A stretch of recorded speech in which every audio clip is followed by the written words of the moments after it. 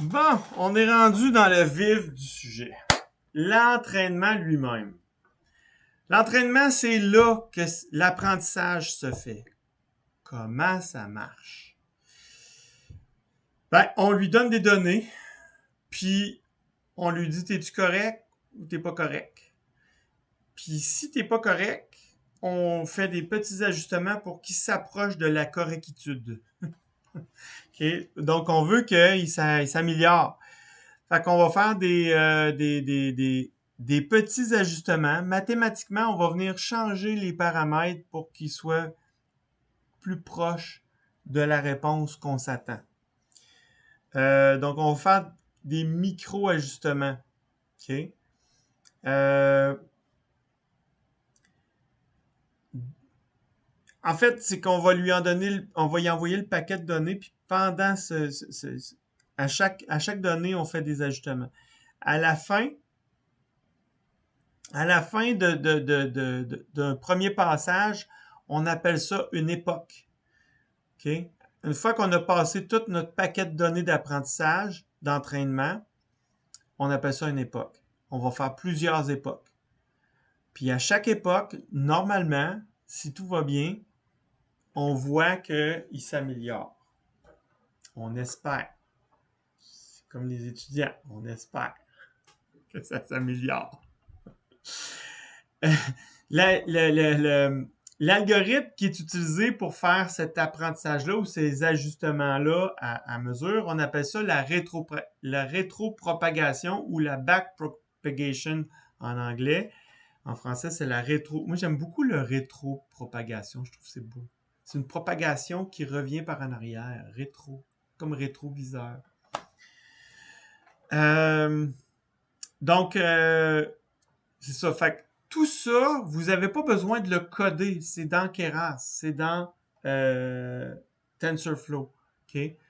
Ce qu'on a besoin, c'est de configurer nos affaires puis de lui fournir des données qui ont du sens.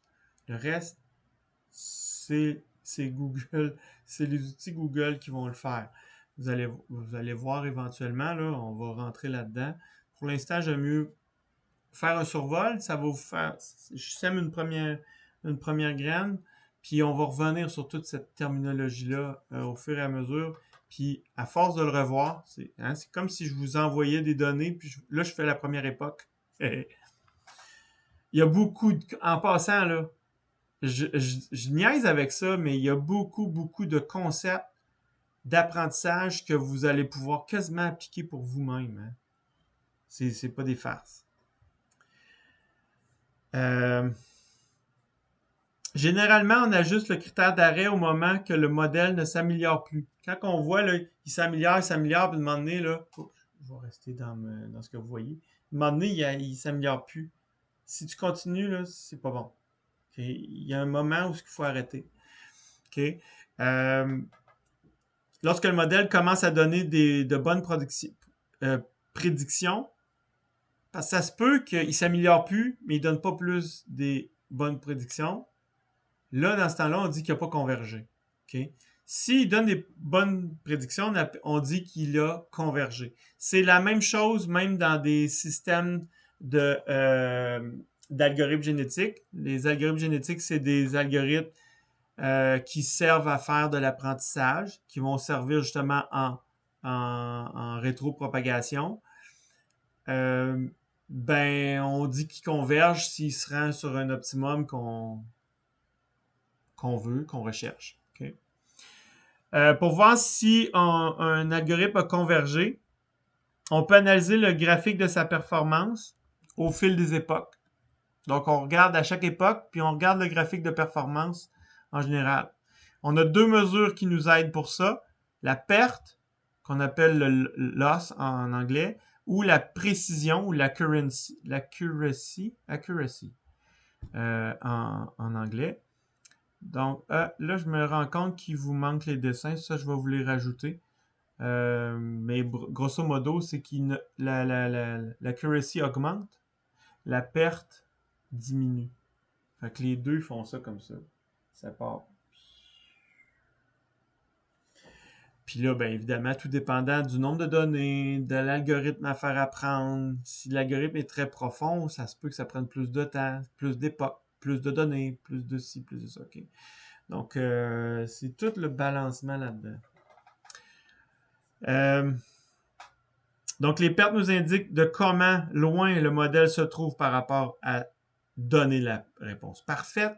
Hein? C'est toujours de comment loin il est de la perfection. Il ne sera jamais parfait. On va tendre vers au début, puis à un moment donné, il va avoir une ligne droite, mais il sera jamais. Il va avoir une distance avec le 100%. Okay? Même chose pour l'accuracy, c'est jamais 100%. Si tu atteins 100%, c'est qu'il il a trop appris. Il a appris par cœur, mais il connaît pas le reste. Okay? Donc d'ailleurs, c'est la prochaine section, sous-entraînement et surentraînement. Donc underfitting ou overfitting. Donc overfitting, c'est qu'il fit juste dans ces données-là. Ça le dit, hein? Donc over ou underfitting, il fit pas assez, il est pas assez entraîné, il est pas bon. Il se classera pas. Okay? Donc les raisons communes de non-convergence sont le sous-entraînement ou le surentraînement, les deux. Il peut avoir les deux. Il peut avoir aussi un réseau de neurones qui a pas assez de neurones ou trop de neurones.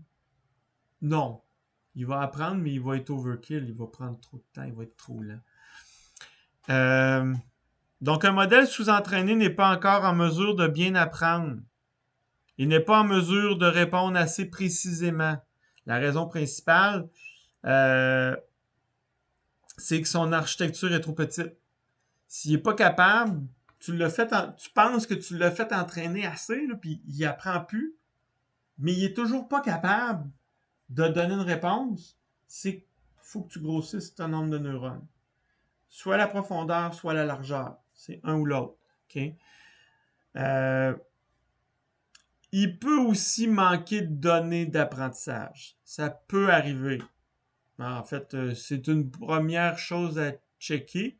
Sauf si on n'en a pas d'autres, on peut quand même rajouter un nombre de neurones puis checker, voir si ça améliore. Mais si ça n'améliore pas, il faut aller chercher des données. Il faut aller retourner ces bancs de prise de données. Puis voilà. Pour ce qui est du surentraînement, c'est vraiment comme je disais, là, il a trop bien appris les données qu'il a là, mais il est plus général, il est plus capable de généraliser avec d'autres données qui viennent de l'extérieur. Fait que tu vas lui donner des nouvelles données, puis ça sera pas bon. Okay?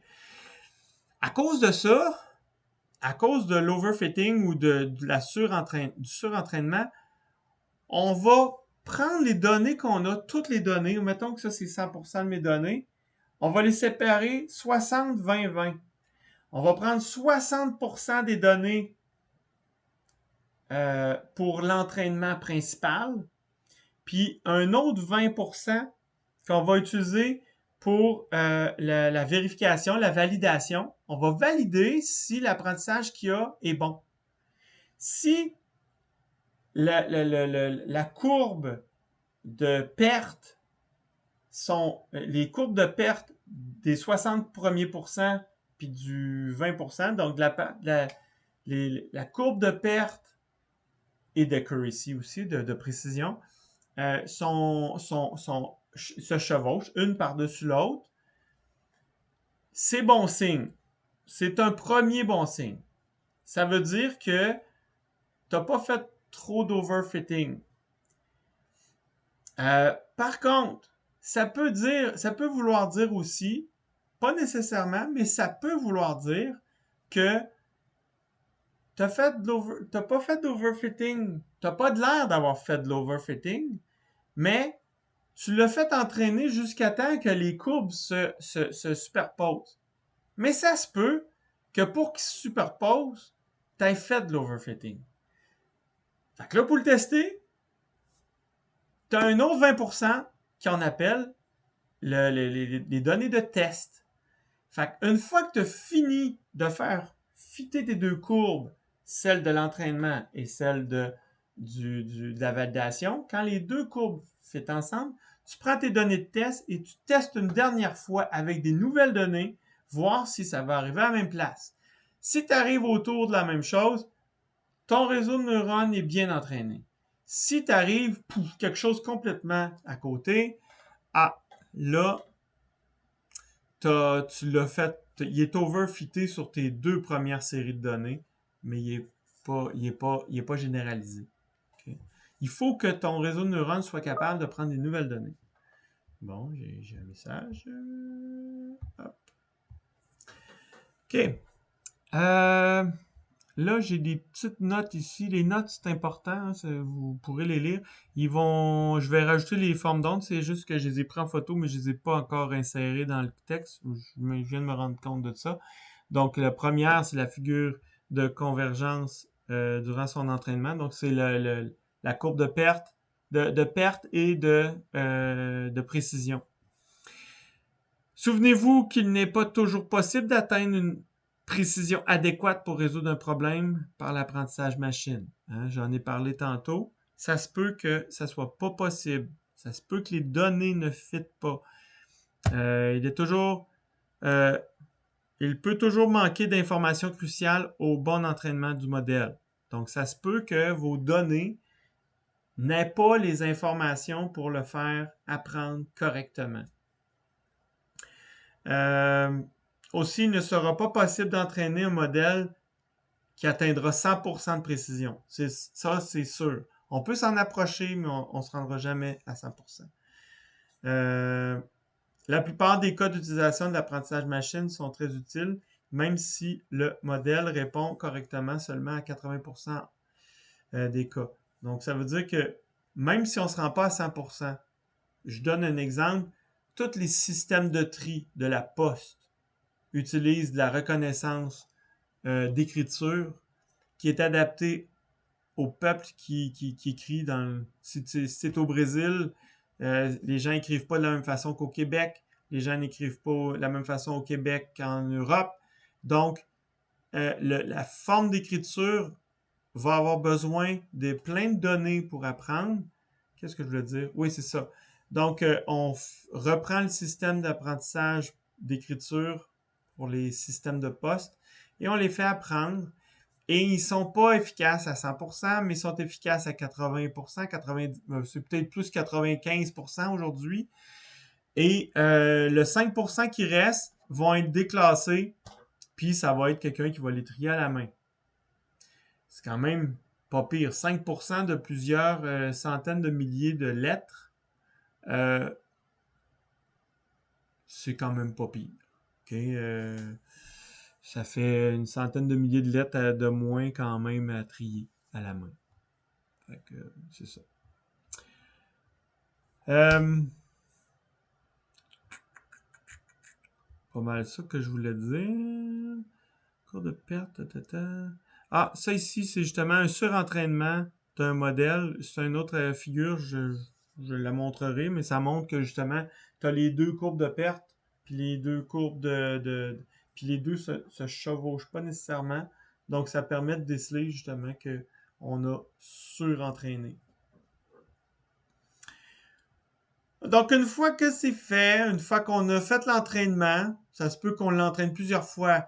Ça se peut qu'en fait, qu'on reconfigure le modèle. On le rentraîne. Une fois qu'il est entraîné, on fait il est surentraîné.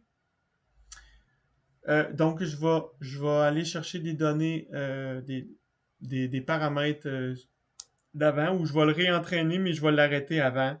Donc, il peut y avoir plusieurs rétroactions, là, plusieurs retours en arrière avant d'arriver à quelque chose que, OK, là, ça, c'est mon modèle entraîné, il me satisfait. Là, je le convertis. OK? Là, le convertir, je vais utiliser un outil qui va le convertir, qui va me générer un fichier que je vais pouvoir prendre puis insérer dans mon code. Et on va utiliser une librairie qui s'appelle TensorFlow Lite Library, je pense, plutôt. Excusez. Et on va, avec cette librairie-là, justement, on va caler l'interpréteur de TensorFlow Lite.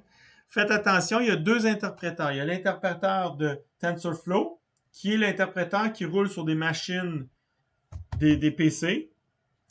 Lui, tu le roules avec des points flottants, il n'y a pas de problème parce que le processeur qui est sur vos PC est capable de faire du calcul point flottant. Par contre, si vous voulez le faire rouler sur un Arduino Nano BLESense, ben lui, il n'est pas de point flottant. Fait qu'il faut faire une conversion. Fait que, entre autres, le convertisseur de converter de TensorFlow Lite permet de prendre les points flottants et les transformer en points fixes avec des décimales. C'est tout lui qui gère ça, c'est pas vous autres. Mais il vous permet de faire cette conversion-là, puis ensuite on l'insère dans le code, puis on peut le traiter. OK?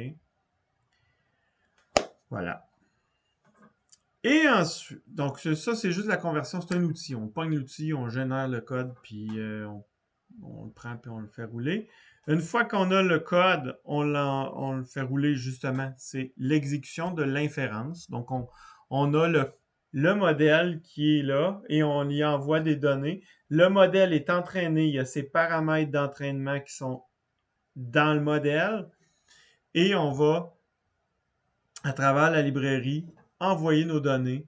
Évidemment, ces données-là, c'est des données réelles maintenant.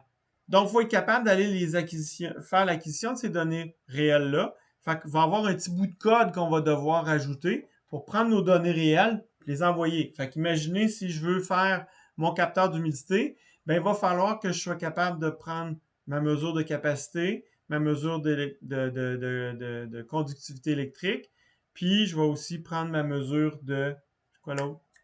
Température. Et ces valeurs-là, je vais les envoyer avec les mêmes fréquences d'échantillonnage que j'ai entraîné mon modèle. Si je change ça, ça ne marche plus. OK, c'est important. C'est vraiment important. Ça ne marche pas sinon. Ça ne marche vraiment pas. Vous êtes chanceux. Si ça fonctionne même un petit peu, là, c'est parce que vous êtes chanceux. Mais si vous ne respectez pas ce que vous avez donné comme entraînement, c'est comme si tu t'entraînais quelqu'un pour faire de la course de fond, puis après ça, tu lui fais courir à la haie. Il sera pas bon. OK? C'est la même affaire. Donc, voilà, fait qu'il faut lui donner exactement les mêmes données avec les mêmes paramètres pour que, ben, pas les mêmes données, mais le même environnement de données, on va dire. Les mêmes paramètres de données. Je sais pas comment le dire. En tout cas, vous comprenez ce que je veux dire, je l'espère. Sinon, vous me poserez des questions, je vais essayer de trouver d'autres mots. Fait qu'on l'exécute, puis on regarde, ça répond-tu à ce qu'on cherche? Est-ce que ça marche? On valide. On doit l'évaluer. Fait que là, la manière d'évaluer, c'est comment tu as fait pour prendre tes données?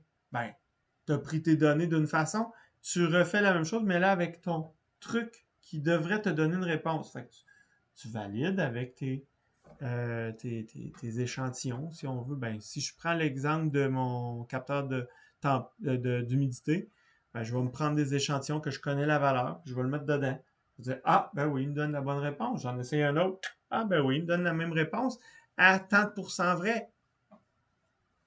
Fait que là, si je suis satisfait, j'arrête ça là. Si je suis pas satisfait, je recommence. Jusqu'à temps que je sois satisfait. C'est comme ça que ça se passe. Puis j'ai ma médiographie, c'est beau. Hein? Fait que c'est pas mal ça pour le cours, pour l'instant. C'est sûr qu'au prochain lab, ce qui veut dire jeudi de la semaine prochaine, vous allez avoir de l'information de plus. Il va y avoir des vidéos de plus. Puis on va faire quelques exemples d'apprentissage. OK? Ciao, Bing! À bientôt!